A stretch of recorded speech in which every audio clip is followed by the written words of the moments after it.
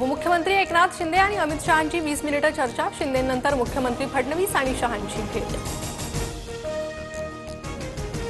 Cabinet मंत्री संजय शिरसाट यांचे पुत्र सिद्धांत विरोधात गंभीर आरोप। विवाहित महिलेची फसवणूक, मानसिक आणि शारीरिक छळ केल्याचा आरोप। गुन्हा दाखल करण्याची मागणी।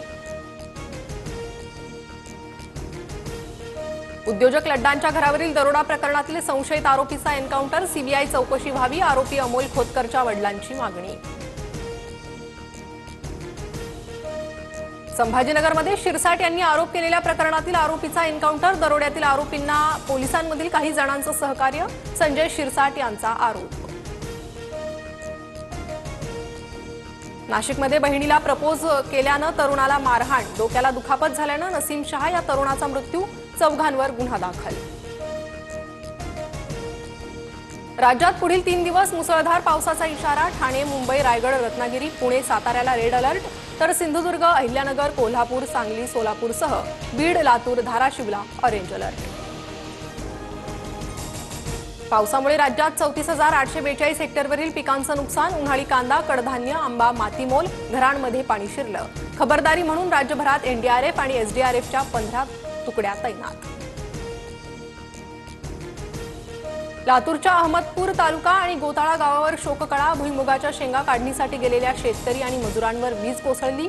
दोघांचा मृत्यू तर 6 जण जखमी।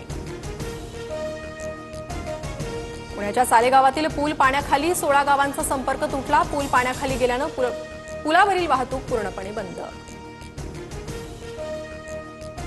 राज्यात आतापर्यंत पावसाचे 9 बळी। पुण्यात 3, ठाण्यात दोघांचा मृत्यू, तर लातूरमध्ये शेतात काम करत असताना वीज पडून दोघे मृत्युमुखी। पावसामुळे राज्यात ठिकठिकाणी रस्ते बंद। पुढील 3 दिवसात होणाऱ्या परीक्षा स्थगित करा। जयंत पाटलांची सरकारकडे मागणी।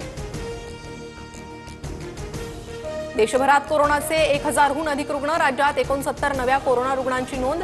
मुंबईत सर्वाधिक 37 नवे रुग्ण, तर कोरोनामुळे देशभरात 10, तर राज्यात 5 मृत्यू।